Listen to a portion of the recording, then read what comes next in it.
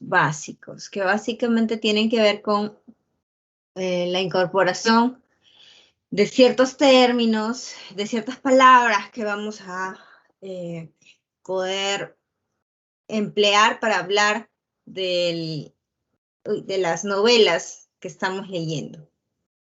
Entonces, algunos de los términos importantes van a ser el narrador, el tiempo del relato, el personaje o los personajes y los espacios y el tiempo.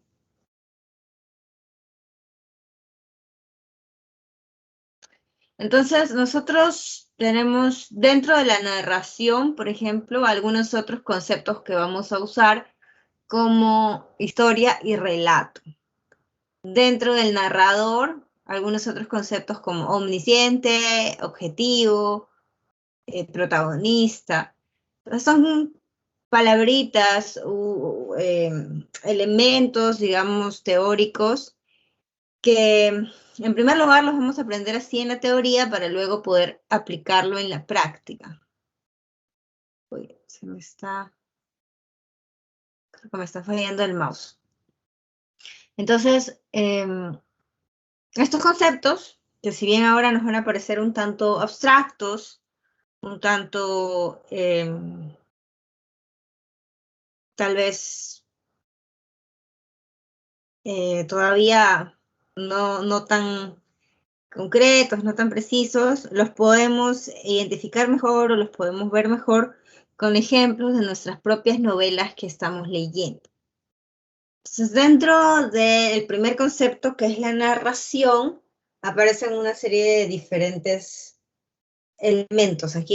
Ahí ves el concepto de historia, de relato, narración y narrador. Y la narración aparece como una flecha porque justamente la narración es este proceso intermedio en el que este proceso de aquí, ¿no? Intermedio, en el que una historia se transforma en un relato. Y una historia tiene una serie de elementos previos, además, porque constituye ciertos personajes, espacios, para contar pues algo que tenga sentido, que sea anecdótico, y se transforma finalmente en un producto final que sería el relato, ya sea el cuento o la novela. Entonces el proceso intermedio es esta narración que además utiliza una voz llamada el narrador. Entonces, la voz del medio entre historia y relato es la voz del narrador dentro de la narración. Entonces, como vemos, son conceptos bastante abstractos que podemos llevarlos a un ejemplo, podemos aterrizarlos en un ejemplo. Por ejemplo, en Lazarillo, que nosotros es una obra que hemos analizado, notábamos que el personaje principal es un niño que se va a ir volviendo pues un pícaro, ¿no es cierto?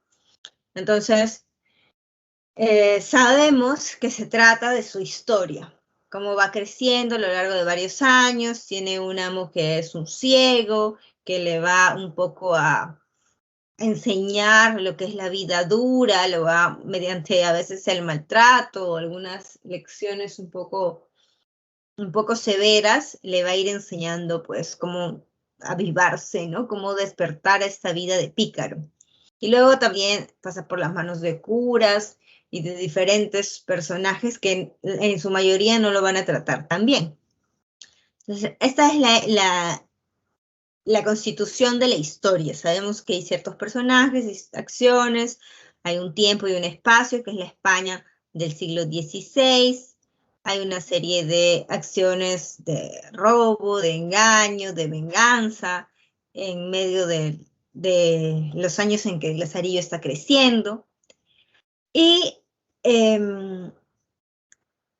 tenemos pues entonces muy claro ciertos componentes, ¿no? Incluso si no hemos leído El Lazarillo de Tormes, nosotros podemos conocer la historia de manera, digamos, general o a grandes rasgos.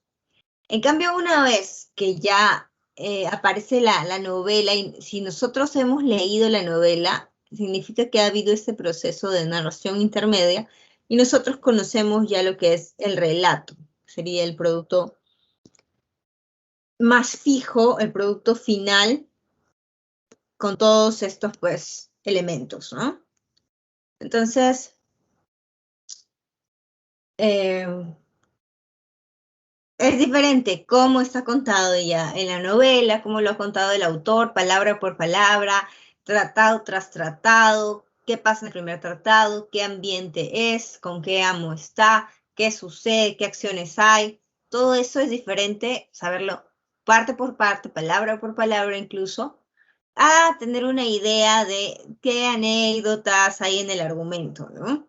Entonces, digamos que si tú quisieras escribir un cuento, por ejemplo, tú tienes una historia, ¿no? Sabes de qué va a tratar, quién va a ser el personaje principal, qué le va a pasar a ese personaje. Pero para que sea un cuento, vas a tener que pasarlo por la narración, por este proceso. Decidir cómo lo cuento, en primera persona o en tercera persona. Prefiero que sea descriptivo o prefiero que los personajes hablen en diálogos.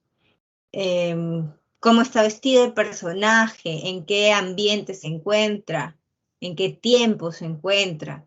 Es todo este proceso de configurar esos elementos para que al final tengas un relato en el que ya sabes, ¿no? Que se trata de repente de una protagonista mujer en un mundo de ciencia ficción del siglo XXIII, ¿no? Entonces ya tienes un tiempo, un espacio, un personaje, ciertas acciones que van a pasar, tú las configuras como te parece porque eres el autor mediante este proceso que se llama la narración. Entonces, dentro de la narración, uno de los componentes centrales va a ser pues el narrador. Entonces, el narrador es esta presencia al interior del texto. Recordemos siempre eso, el narrador no escapa nunca de la novela, del cuento, por eso se le dice que es intratextual. Y es obviamente el narrador el que te cuenta, es el que le da voz, el que enuncia lo que está sucediendo, lo que se está contando. Entonces, cuando tú abres una novela, un relato, un cuento, siempre hay una voz. Puede que sea un personaje, puede que sea alguien que simplemente está observando, puede que sea un narrador que no se involucra con lo que sucede, pero de todas maneras es algo que tú notas al abrir tu libro, tu novela o cuento. Entonces, siempre está dentro del texto. De ahí ese nombre de intratextual. El ejemplo para nosotros es el Lazarillo. Entonces, el narrador allí es Lázaro ya de grande, ¿no? Lázaro de adulto cuenta su historia, sus peripecias, cómo era cuando fue niño, qué le pasó cuando fue niño y luego qué le pasó cuando creció un poco, con su madre que se separa de ella y que lo deja pues en manos de este ciego, ¿no? Que finalmente va a ser el inicio de su aprendizaje de la vida, pues, digamos, de la vida de pícaro, ¿no? De la vida del engaño, de la vida de la subsistencia en gran medida. Entonces, con ello, considerando ello, el narrador lo tenemos bien claro que es Lázaro. Y sin embargo, Lázaro ya adulto nos está contando una historia, las anécdotas, los eventos que le suceden en gran parte a Lazarillo de niño o de adolescente, ¿no? Entonces, la historia es sobre este niño, el narrador es Lázaro adulto y el autor real, en el caso de esta novela, no sabemos quién es. No sabemos con certeza porque se trata de una novela anónima. Exacto. Entonces, esto está muy vinculado con no confundir o con tratar de diferenciar el autor real del narrador. Aquí tenemos ese aspecto importante, ¿no? El autor real no es el mismo que el narrador. Puede que tengan puntos en común, tal vez tal vez el autor haya tenido unas vivencias similares, o tal vez no, tal vez es simplemente una persona que se está inventando la historia porque escuchó anécdotas de ese tipo, o porque conoció a alguien más que sí vivió algo similar. No lo sabemos porque, bueno, en este caso el autor es anónimo, pero en el caso de muchas otras novelas, de todas las novelas, vamos a tener que hacer esa distinción entre un autor real y un narrador que es ficticio. En nuestro caso, para hacerlo más cercano a nosotros, por ejemplo, todos sabemos quién es Mario Vargas Llosa, ¿cierto? Mario Vargas Llosa es un autor que ha ganado el premio Nobel, se ha casado, se ha divorciado, se ha separado, ha ganado una serie de premios en parte del premio Nobel, ya está pues mayorcito, es el último de los que queda del boom, ¿no? Con creo que 87 años, si no me equivoco. Entonces, 85, sí, 85, ¿no? Entonces, es una persona, pues, ya vivida, real, ¿no? Mientras que el narrador de sus textos es muy diverso. Tiene narradores, o sea, tiene voces que cuentan la historia que son adolescentes en el colegio Leoncio Prado. Tiene algún narrador que es un indígena de la sierra. Tiene algún narrador que es un pintor francés. O sea, tiene narradores omniscientes u objetivos que simplemente describen lo que sucede. Entonces, en nuestro caso, eh, incluso se da mucho esa pregunta que me está haciendo de si el autor real puede ser igual que el narrador. Y justamente aquí está la respuesta, ¿no? Que les mencionaba, que siempre van a ser distintos, de un modo o de otro. En nuestro caso, por ejemplo, Vargas Llosa podía tener algo en común con los jóvenes que estudiaron en el Leoncio Prado en su novela La ciudad y los perros, porque el mismo Vargas Llosa también estudió la secundaria allí, parte de su secundaria, ¿no? Y tanto así, él tiene cosas en común con los personajes, que uno de los personajes también escribe, ¿no? O que escribe más que nada historias, novelas eróticas dentro del colegio. Otro de los personajes es alguien que no conoce a su padre hasta los 10 años, tal y como a Vargas Llosa le pasó también, ¿no? Vargas Llosa tampoco no conocía a su papá hasta los 10 años. Entonces, pero no es un solo personaje, ¿no? Como que divide sus vivencias en diferentes personajes que cuentan la historia, en este caso el poeta y el esclavo, ¿no? Que son dos personajes importantes. Y para este momento Vargas Llosa ya tenía cerca de 30 años, entonces ya no era, nunca va a coincidir con el mismo chico adolescente que fue, y que además tenía pues presencia nuevamente real, ¿no? La idea aquí principal es distinguir la realidad de la ficción. El narrador es algo que uno, como escritor, como autor, el autor lo piensa, lo configura, lo crea. Yo quiero que esté narrado en primera persona o en tercera persona. No, mejor esta parte la narra este personaje, el siguiente capítulo que lo narre otro personaje, el siguiente capítulo que tenga narrador omnisciente. Entonces el autor puede jugar con el narrador, puede crear diferentes narradores. Por más que coincida un poco con alguno de ellos o coincida mucho, nunca es el mismo porque el autor, como sabemos, pues tiene vida, ¿no? El autor es parte de la realidad. Se crece, se casa, se envejece, se divorcia. El narrador se queda tal cual. Tú abres La ciudad y los perros y los narradores son los mismos. Son modos de narración que son pues siempre ficción. Cuando se trata de lo que se llama la autoficción, que es otra cosa, ¿no? Tipo absurda, todas estas novelas que son juveniles y narradas en primera persona. Bueno, también hay todo este género, subgénero que se llama autoficción, que tiene que ver un poco con narrar a modo de vivencias o de experiencias propias lo que uno tiene o guarda en su memoria o que ha sido su propia vivencia. Entonces, si son narrativos, y ahí es muy importante porque es diferente tal vez una novela, un cuento a un diario. Si son del género narrativo, estamos hablando de que igual estás definiendo tu voz en el papel. Entonces, lo que estás contando es lo que tú eliges contar. Difícilmente, por más que coincida con tus vivencias, difícilmente toda tu persona real la puedas volcar en unas páginas. Y ya, esa es otra cosa. Nosotros vamos a ver narradores protagonistas, que es otra cosa, porque los protagonistas también son personajes de ficción. Recordemos ello, distinguir lo que es real de lo que es ficcional, que a veces es difícil cuando se confunde y algunos escritores a propósito a veces incluso nos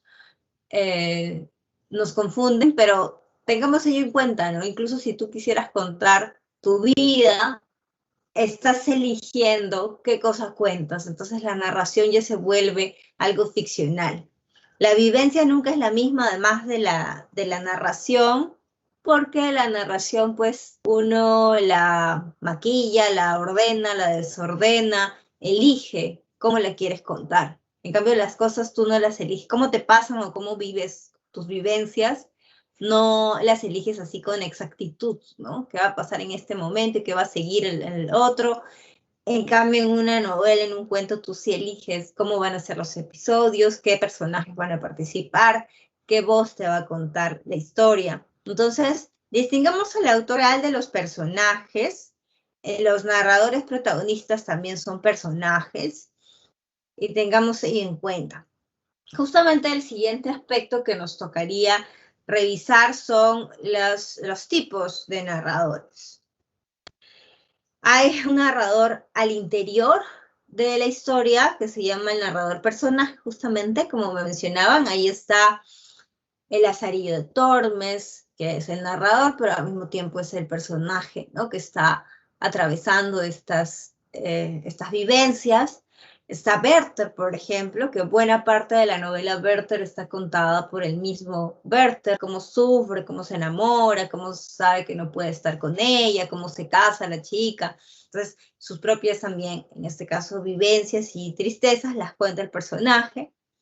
Y hay narradores que no son personajes, pero de nuevo nunca son el autor porque son ficción. Entonces es un narrador que, si tú fueras el escritor, nuevamente poniéndonos en ese ejemplo que es más fácil tal vez de comprender, si tú fueras el escritor, elegirías qué cosas quiero describir. De repente ese narrador ya no es un personaje, pero quiero que describa, esta voz quiero que describa cómo es el exterior de la casa.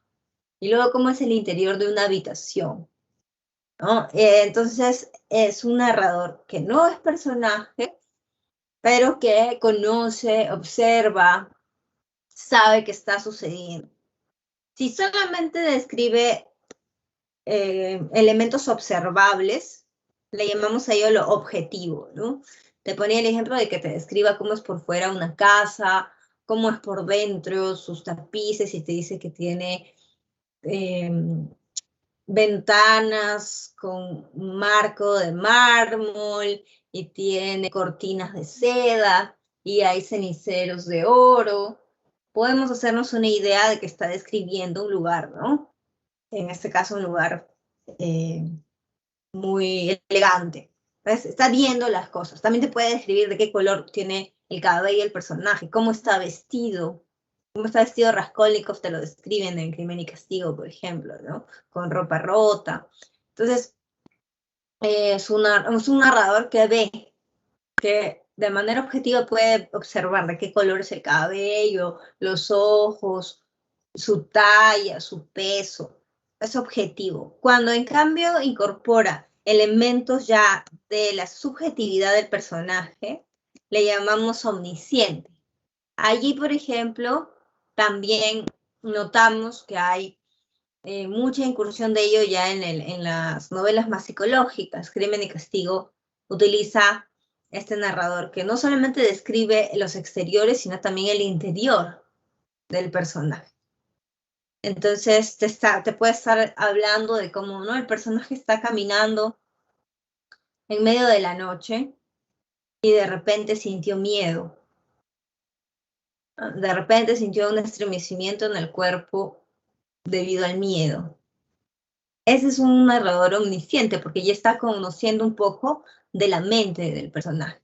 Sus sentimientos, sus secretos, sus deseos, sus pensamientos, todo ello ya sería algo que abarque más un narrador omnisciente. Justamente como el nombre lo indica, conoce todo. Es conocedor de hasta a veces pues lo que el personaje quiere ocultar, ¿no? Entonces, es un narrador omnisciente, diferente al objetivo, muy sutilmente, porque tienen varios puntos en común, pero el omnisciente lo conoce más. Y dentro de los narradores personajes, cuando el personaje está contando lo que le sucede al mismo, es un narrador protagonista. Eso pasa en Lazarillo de Tormes, ¿no? Él mismo ha acontecido esas vivencias, ha conocido qué es lo que ha sucedido consigo mismo y él cuenta su propia historia. Cuando en cambio es un personaje dentro de la novela, pero no es a la persona a la que le suceden las cosas, a la que le pasan los acontecimientos principales, entonces tenemos un personaje que es testigo. Porque es personaje, sí, puede ser amigo del protagonista, puede ser compañero de colegio, como pasa en La ciudad de los perros, y cuenta lo que le está sucediendo al resto, ¿no? La diferencia es que este caso sí sería personaje, mientras que en las narraciones que son fuera de la historia no son personajes. Entonces, todos estos narradores, nuevamente, repito, pertenecen a lo intratextual. Esa es la principal diferencia entre un narrador y un autor. El narrador siempre va a estar dentro del texto, atrapado en el texto. Incluso si tú publicas tu libro y después de años dices, uy, esta parte no la conté tan bien, la hubiera contado distinto, piña, ¿no? A menos que puedas por ahí lanzar otra versión, pero la versión original, la primera novela ya está. Ese es el narrador que escogiste. En cambio, el autor es fuera del texto, tiene su vida y sus vivencias, pues, que no están dictadas o ordenadas por nadie, ¿no? Entonces, dentro de la novela sí uno ordena, elige, dicta qué es lo que va a suceder, cómo se va a contar. Entonces, todas las presencias de narradores son intratextuales, están dentro del texto, como ves aquí, todas, ¿no? Están englobadas por el texto. Pero solamente dos están dentro de la historia. La historia, recordemos, es los acontecimientos o los eventos que suceden. En este caso, el protagonista y el testigo, que son narradores personajes, son los que participan de estos acontecimientos.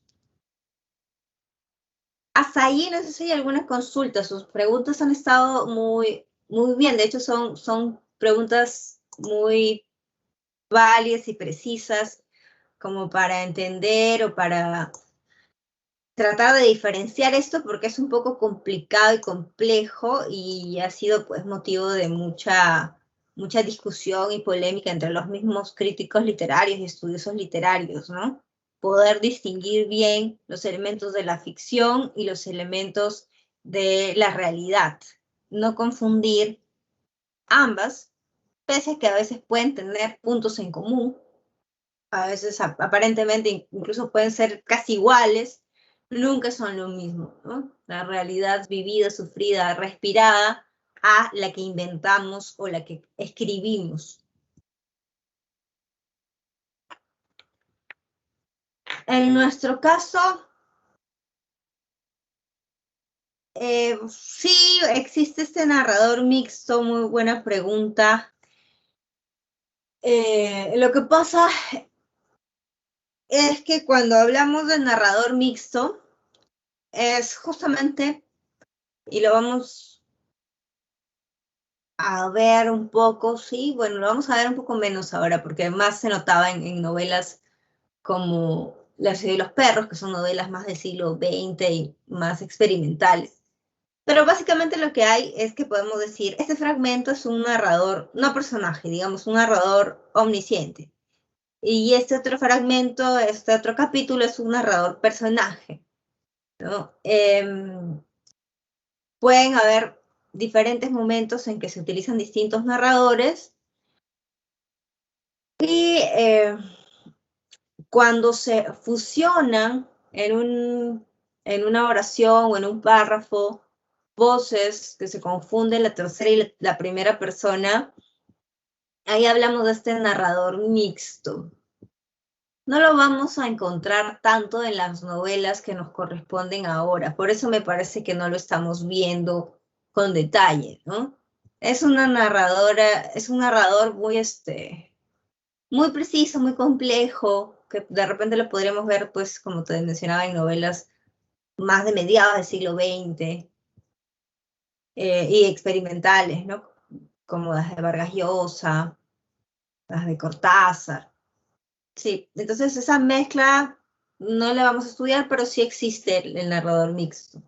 Lo del narrador omnisciente es básicamente un narrador que describe tanto la objetividad como la subjetividad.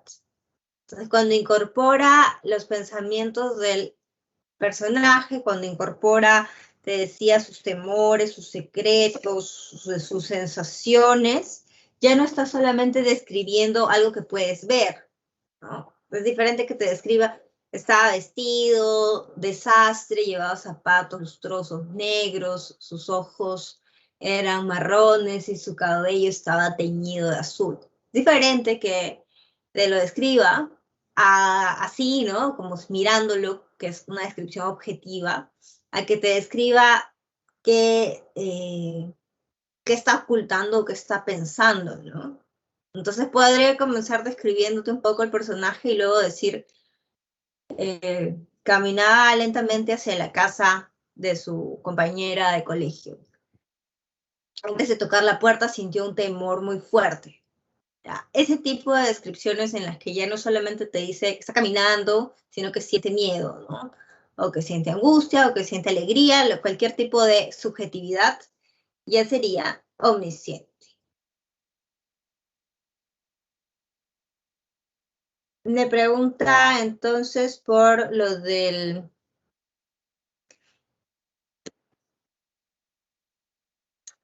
Abraham Valdelomar. Bueno, nuevamente, ¿no? En Abraham Valdelomar tenemos que distinguir el narrador que utiliza en El Caballero Carmelo en particular, que es la obra que nos toca ver, que nos tocó ver. En esa obra, el protagonista es un niño, entonces no es igual que el autor, está basada en las vivencias del autor, sí, pero Valdelomar pues ya era un hombre adulto y en Europa cuando escribe ese cuento. El protagonista es un niño, nos lo cuenta desde una perspectiva también del pasado, o sea, como si fuera el niño ya un poco crecido que recuerda. Se trata de un narrador protagonista, ¿no es cierto? No es testigo porque el testigo es el que ve que le pasan a sus amigos, a sus conocidos las cosas. Es un personaje también, pero a él no le están pasando las cosas. En este caso sería un protagonista porque sí, el niño es un punto central del sufrimiento, que es lo que le está pasando tanto a él como a sus hermanitos, ¿no? Sobre todo los pequeños. Y en general la casa que se ha encariñado con el gallo. Entonces sería un narrador de tipo protagonista, pero el autor es Abraham Valdelomar y el narrador es protagonista.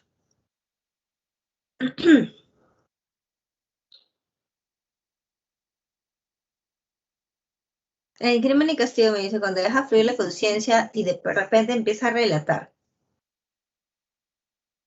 Claro, en Crimen y Castigo de lo que podemos hablar es de un narrador omnisciente, en su gran mayoría del relato, bueno, cuando no hay también diálogos, que es otro modo de narrar, hay narradores omniscientes, porque lo que hace es comentarte qué está pasando por la mente de Raskolnikov y por sus emociones y sentimientos y pensamientos, ¿no? Entonces ese es el narrador que predomina. El narrador mixto es un poco más complejo. Tendríamos que verlo con ejemplos, pero suele mezclar la tercera y la primera persona. Ese es un indicador de narrador mixto, ¿no? Mezcla la tercera y la primera persona en la misma oración, en el mismo narrar. Y pueden existir dos y más tipos de narradores. Por ejemplo, en La ciudad de los perros hay narrador protagonista, los mismos personajes principales, varios cuentan la historia, el jaguar, el poeta, son protagonistas. Hay narrador testigo, el boa, que es uno de los compañeros de clase. A él no le están pasando, bueno, también es un personaje que es importante, pero no es uno de los protagonistas y cuenta lo que le pasa al resto, cuenta lo que le pasa al jaguar, cuenta lo que le pasa al poeta. Entonces es también testigo. De a ratos hay un narrador objetivo que te describe cómo es la fachada del colegio, dónde están las avenidas principales que llevan a las casas de los chicos o incluso de los militares, ¿no? Entonces hay una descripción de calles, de casas, ese es objetivo. Después puede haber varios narradores, sobre todo esa mezcla ya de narradores lo hacen los escritores del siglo XX, y no todos, los escritores que están influenciados por la vanguardia, como Vargas Llosa en nuestro caso peruano. Entonces, eso obviamente le da más complejidad, al momento de leer puede generar más confusiones, pero también te mantiene más enganchado porque tienes que estar atento, te pierdes un momento y ya te desenganchaste o perdiste la hilación. Entonces, ahora sí, dado que hemos visto varias preguntas muy interesantes, podemos pasar a la narración, de la narración al tiempo. El tiempo lo vamos a ver de dos formas o lo vamos a analizar de dos maneras. La historia que habíamos dicho y el relato eran dos conceptos que habíamos mencionado al inicio, ¿no? Componentes de la narración. Te decía, la historia son una serie de acontecimientos, eventos que uno más o menos sabe que pasan, que van a pasar. Tú cuando todavía no has leído el libro, pero sabes de qué pasa, es que conoces la historia, pero no has conocido el relato. O cuando quieres escribir un cuento, sabes de qué va a tratar, pero todavía no lo escribes. Entonces, conoces la historia, pero no el relato. El relato ya es la versión final, te decía, como ya está narrado, contado, sin vuelta atrás. La historia, entonces, son los acontecimientos, los eventos que suceden. En este caso, entonces el tiempo de la historia tiene que ver con en cuánto tiempo ha pasado todo esto que te han contado. De inicio a fin, desde lo primero que pasó hasta lo último que pasó, ¿cuánto tiempo ha pasado? ¿No? Lo que llamamos este tiempo real y objetivo dentro de la narración. Por ejemplo, en 100 años de soledad, para poner un ejemplo obvio, pasan 100 años, ¿no? Durante 100 años nos cuentan la historia de esta familia, que es la familia Buendía. Entonces, sabemos que hay un tiempo determinado. Se puede medir en años, en horas, en meses, en décadas. En el Lazarillo de Tormes también hay un tiempo de la historia que podemos estimar es de 7 u 8 años. El Lazarillo comienza sus aventuras, sus peripecias teniendo alrededor de 10 años y las termina cuando ya es un jovencito casado, que en ese entonces se casaban muy jóvenes, los 17 años probablemente o antes. Entonces podemos calcular que ese es el tiempo que pasa. Entonces el tiempo de la historia, que es el tiempo dentro de los acontecimientos que se nos están narrando. Es diferente que el tiempo del relato, que básicamente el tipo de relato es el orden, el modo en que está organizado lo que se te cuenta. ¿Cómo que se te cuenta primero? ¿Qué se te cuenta después? ¿Está en orden o no está en orden? Si estuviera en orden, no hay problema porque es fácil de entender, de lo que se llama el orden natural, ¿no? Que esto pasó primero, esto pasó segundo, entendemos todo el orden como algo cronológico, como lo que llamamos una línea de tiempo. Siguiendo con el ejemplo del lazarillo, está contada de manera cronológica, ¿no? Lazarillo, su primer amo, su segundo amo, y así hasta llegar al final con el último amo. Entonces, el orden natural es que se está contando los eventos con un orden cronológico. En cambio, si comienza contándote cuando de repente el personaje está viejito, y está pues viejito, enfermo, a punto de morir, y de pronto el siguiente capítulo te cuenta cuando tenía 15 años, ¿no? Y comienza a hablarte de sus aventuras, su juventud, si se enamoró, incluso se puede desviar mucho rato hablándote de su juventud, varios capítulos. Y de nuevo de pronto vuelve a cuando está viejo y muriéndose. Entonces estamos hablando de un orden artificial, que sería lo equivalente en realidad a un desorden, ¿no? Una alteración del orden o lo que llamamos ruptura de la linealidad. Recordemos que al orden natural también le llamamos orden lineal, porque como una línea de tiempo que habíamos dibujado aquí, ¿no? Es como como si, pues no sé si todavía hacen este tipo de proyectos de historia en los que dibujas una flechita con los acontecimientos en orden, ¿no? Esa lógica es por la cual le llamamos el orden lineal. ¿Ya? Entonces, si no hay esa linealidad, estamos hablando de un desorden o una ruptura de la linealidad. Es una línea de tiempo y el otro caso no. El otro caso es salto de aquí para allá, del pasado para el presente, para el futuro, para el nuevo al pasado.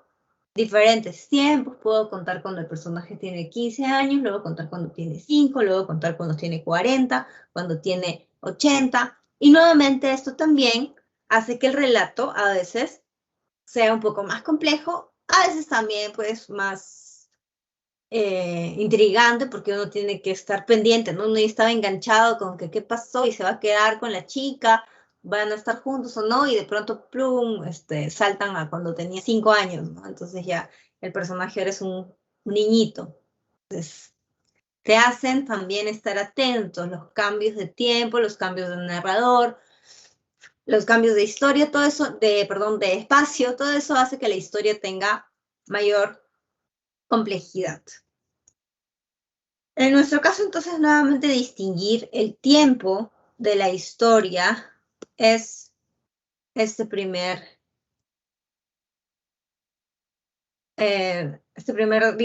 dibujo, ¿no? O primer esquema, que es simplemente como un bloque de tiempo. ¿Cuánto dura?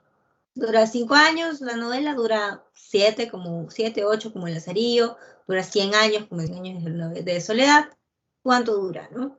El tiempo, en cambio, del relato es distinto porque tiene que ver más con el orden. Puede ser un orden ordenado, valga la redundancia, que sería el natural, o puede ser un desorden, en realidad, que sería el orden artificial. Efectivamente, Vargas Llosa utiliza el orden artificial.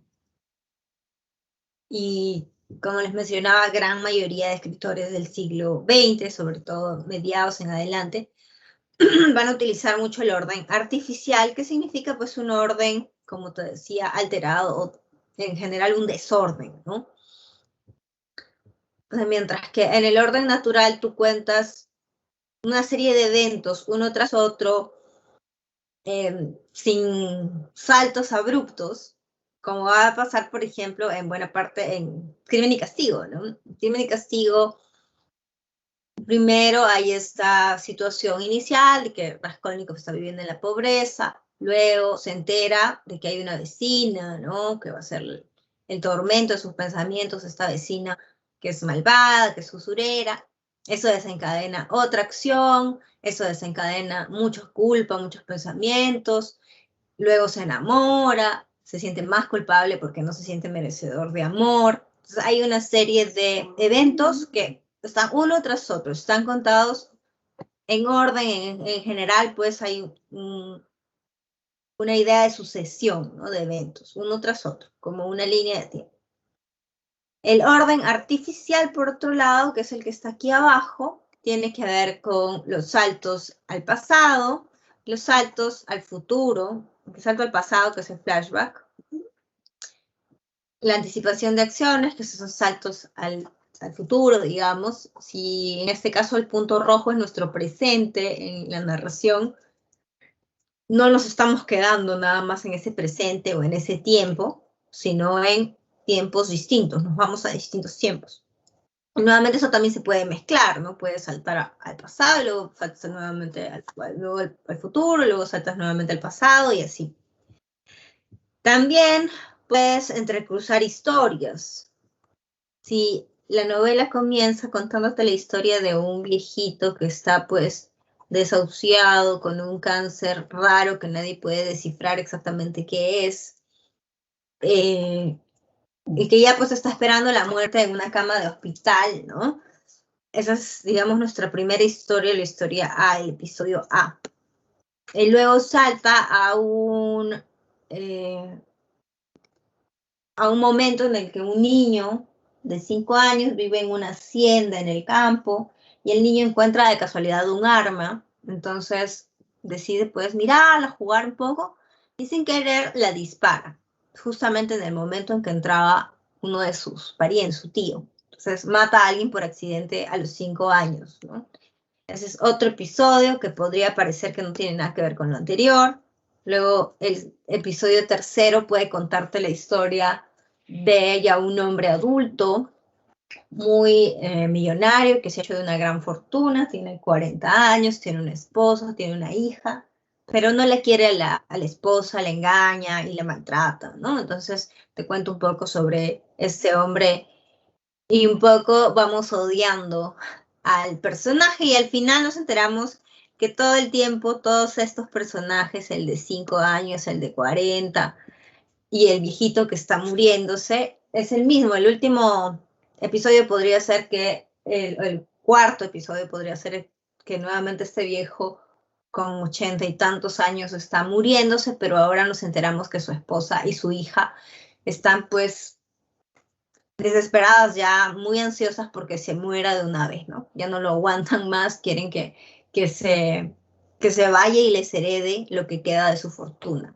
Porque es un hombre muy rico. Y así nos enteramos de que se trata de la misma persona, ¿no? El que engañaba a su mujer, el que cometió este disparo cuando era un niño de casualidad, y así. Entonces, diferentes tiempos que se van a contar, puede parecer que no tengan nada en común o puede tener un lazo, como en este caso que te he contado un poco el argumento de una novela mexicana del boom, que es la muerte de Artemio Cruz, ¿no? Entonces, tiene estos episodios que al principio pues no entiendes por qué al pobre viejito lo quieren, no, nadie lo quiere, y luego te vas dando cuenta de que el personaje es un maldito y tiene razón, digamos, su familia en odiarlo, ¿no?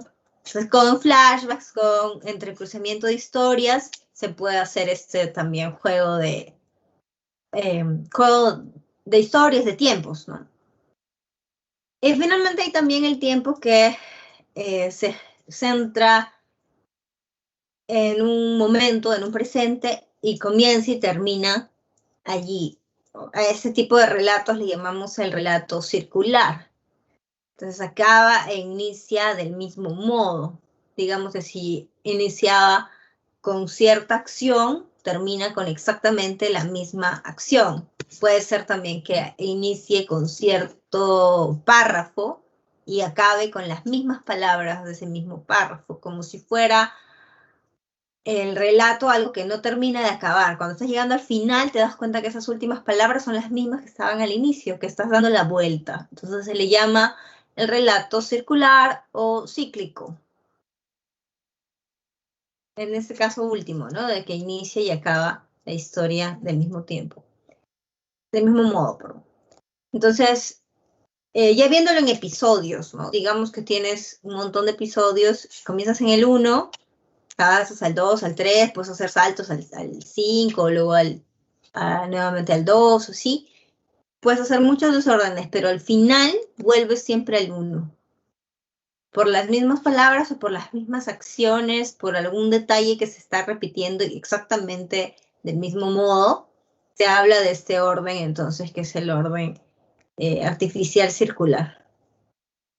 Y ya si lo vemos nuevamente con números, estamos en el episodio 8, el personaje tiene 40 años, te decía, ¿no? Es un hombre bastante malo y cruel, y de pronto retrocede al tiempo cuando tenía pues 5 añitos, ¿no? El episodio 2 o 3 tiene 5 añitos, es todavía inocente, bueno, pero va a cometer un terrible crimen por accidente. O estaba contándote cómo el personaje pues ya es un hombre adulto, multimillonario, pero es una pésima persona, y luego salta a cómo es un viejito que está a punto de morirse y todo el mundo lo odia, ¿no? Entonces, saltos y saltos permiten que el tiempo recuerda, el tiempo del relato sea en desorden, lo que llamamos el orden artificial. Ese orden artificial, desordenado, es el más complejo. ¿Cómo se llamaba la técnica que presenta varias historias de forma paralela? Ah, ya, ¿te refieres a la de aquí? Puede ser, le llamamos, justamente, hay esta idea de la alternancia, que es cuando se entrecruzan historias, que es una técnica, y otra similar, pero que no es exactamente igual, eran los vasos comunicantes, que allí sí se mezclan dos episodios, pero casi se fusionan, ¿no? No tan separados como acá, que se están entrecruzando uno tras otro. Eso sería una alternancia entre cruzamiento de historias. Listo. Pasamos entonces a los personajes. Ya vamos avanzando en todos estos aspectos que nuevamente ahora son un poco abstractos. Tenemos que aprender o ir viendo cómo los vamos a identificar en Crimen y Castigo primero. Hay personajes principales que son los más importantes, obviamente, esto es según el grado de relevancia. Y los personajes principales tienen el rol fundamental, sin ellos no hay novela. Ah, me están preguntando por lo anterior, antes de que se confundan. Lo dije creo que muy rápido. El entrecruzamiento de historias se denomina alternancia también. Hay otra técnica similar en que se presentan varias historias, porque me preguntaban, pero que no es lo mismo, los vasos comunicantes. Pero en los vasos comunicantes se fusionan las historias. Entonces, en principio no es igual. El entrecruzamiento de historias sería lo que les decía, la alternancia.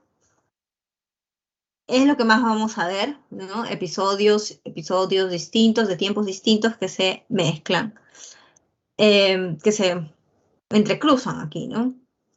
Y de manera similar, los vasos comunicantes lo que hacen es fusionar dos episodios. Parecieran no tener nada que ver, pero se cuentan casi al mismo tiempo, se funden, ¿no? Es otro modo también de jugar con los tiempos, pero no es lo mismo, por si acaso.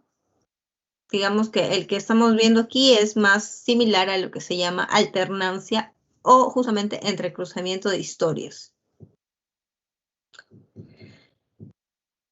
Listo, volviendo a los personajes.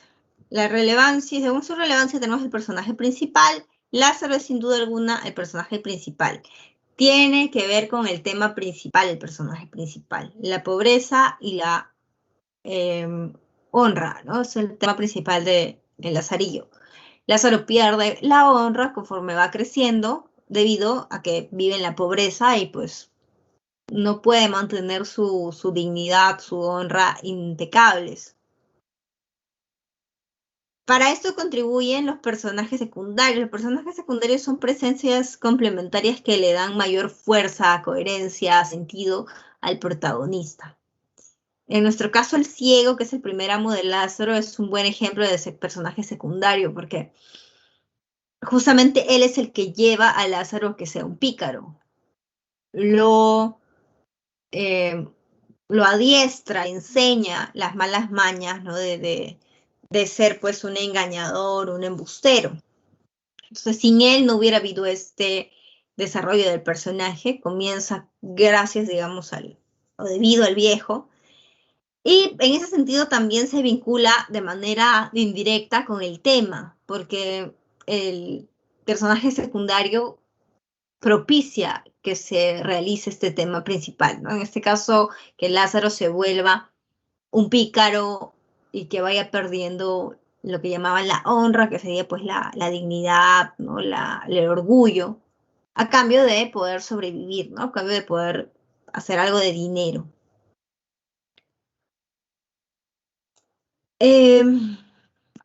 Luego tenemos los personajes incidentales o episódicos, que son personajes no tan importantes. Por ejemplo, el padrastro de Lázaro apenas aparece, pero se nos cuenta pues que Lázaro es huérfano de padre, su mamá va a estar sola varios años hasta que aparece Zaide, se enamora de este segundo compromiso, tiene un hijito con él, y como el chico robaba del establo en el que trabajaban, robaba para poder pues subsistir, terminan encarcelado. Lo van a arrestar, lo van a llevar a prisión y la mamá se queda con los dos niños.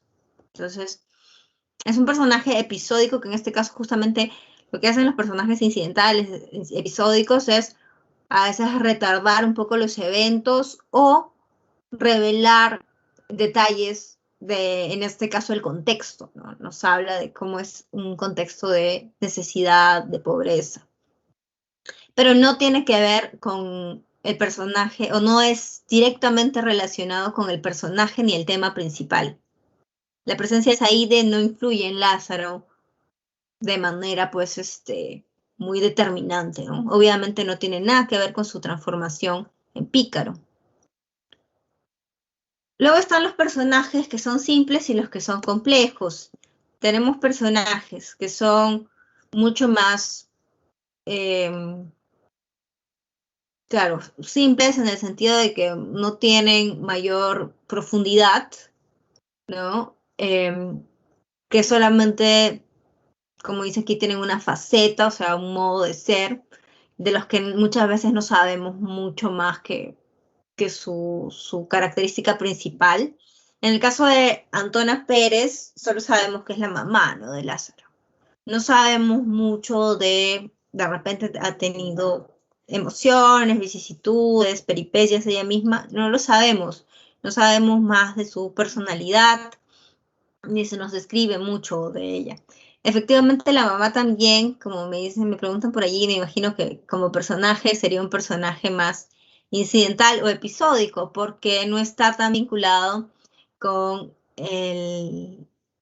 con el personaje principal, que es Lázaro. Pese a que su mamá, ella no está en la historia central, que es esta transformación de Lázaro en pícaro. Los que los transforman son los amos, ¿no? Y algunos más que otros, los peores y los mejores más que el resto. Entonces, este personaje también es un personaje simple porque no tiene mayor profundidad. Cuando tienen muchos rasgos o características diversas, ahí hablamos de un personaje complejo. Lázaro es también un personaje complejo, porque por momentos todavía, y sobre todo al inicio en que es un niño, todavía tiene rasgos de ternura, de gracia, de inocencia o ingenuidad, pero al mismo tiempo ya está aprendiendo a engañar, a mentir, a robar, por necesidad, por lo que fuera, pero ya está aprendiendo a ser un pícaro y un engañador. Y eso convive todavía con su espíritu de niño que no se termina de ir, por lo menos al inicio, en los primeros tratados, no. Entonces, es un personaje complejo. ¿No? Un personaje complejo es que tiene entonces diversas cualidades. Si pensamos en otro ejemplo, digamos un militar que puede ser despiadado, muy buen líder militar, muy sanguinario en el campo de batalla, pero puede ser muy amoroso y muy bueno con su hijo o con su esposa. Ese también sería un personaje complejo, tiene varios rasgos o cualidades, no solamente una. Si fuera un militar solamente malo y despiadado y eso lo aplicara en toda su existencia, en toda su vida, sería un personaje simple, solo tiene una cualidad. Pero cuando tiene otras aristas, otros rasgos, hablamos de complejo. Y finalmente, el personaje que se transforma o el que no. El que no se transforma es estático. Entonces se mantiene igual, ¿no? El escudero, que es este amo joven de Lázaro, que aparenta ser rico cuando ya no lo es, cuando su familia ha caído en desgracia, es un personaje estático. Todo el tiempo solamente quiere aparentar algo que no es y se mantiene así, ¿no? En cambio, los personajes dinámicos, cambiantes, se transforman. No son los mismos cuando los ves por primera vez en la novela a cuando los ves por última vez. Son casi como personas distintas, ¿no? Ese es un ejemplo en Lázaro. El Lázaro que conocemos al principio no es el mismo que el Lázaro del final, ¿no? En que ya se ha resignado y ha perdido la dignidad, la honra. Entonces, modifica sus comportamientos, en algunos casos para adaptarse, en algunos casos para buscar su conveniencia, pero siempre sufre cambios en ese contexto, en ese proceso. Entonces tenemos que preguntarnos si Raskolnikov, por ejemplo, es un personaje dinámico o estático, o Ernesto en el caso de Los Ríos Profundos. Los personajes van a estar dentro de estas tres categorías, o sea, necesariamente van a ser o principales o secundarios episódicos. Además, pueden ser simples y complejos, y además, estáticos o dinámicos. O sea, van a estar dentro de estas tres categorías, sí o sí, los personajes que veamos. Finalmente, les menciono el espacio. El espacio que tenemos que diferenciar son los lugares abiertos de los cerrados. Hay muchas descripciones de lugares cerrados en algunas partes de la novela. Crimen y Castigo, por ejemplo, el lugar chiquito en donde vive Raskolnikov, que parece casi una ratonera, ¿no? Donde no hay mucha posibilidad de desplazarte, donde todo es oscuro, no hay mucha comunicación, no puedes salir fácilmente. Es un lugar cerrado. Obviamente la cárcel, donde te encierran con más razón, pero en el caso de Raskolnikov, su casita chiquita y oscura también es un lugar cerrado. Y luego están los lugares urbanos y rurales. En Los Ríos Profundos va a haber más lugares rurales vinculados al campo, a la naturaleza, y que son cosas muy favorables o positivas. Y en el Raskolnikov, en Crimen y Castigo, hay más lugares urbanos de la ciudad, donde notamos además las clases sociales, porque se describe mucho la prostitución, la hambruna, los tugurios, así de gente que vive en condiciones muy pobres, muy apiñados, ¿no? Lugares urbanos. Listo, chicos. Tomen su captura, por favor, de esta semana. Les agradezco, como siempre, su tiempo y atención. Y nos encontramos la próxima clase para hablar del contexto de Crimen y Castigo. Gracias, como siempre, por sus preguntas también, que han estado muy interesantes. Cuídense mucho y nos encontramos entonces la próxima semana. Muy buen fin de semana. Gracias. Miss. Hasta luego, Miss. Hasta luego, buen día, coman rico.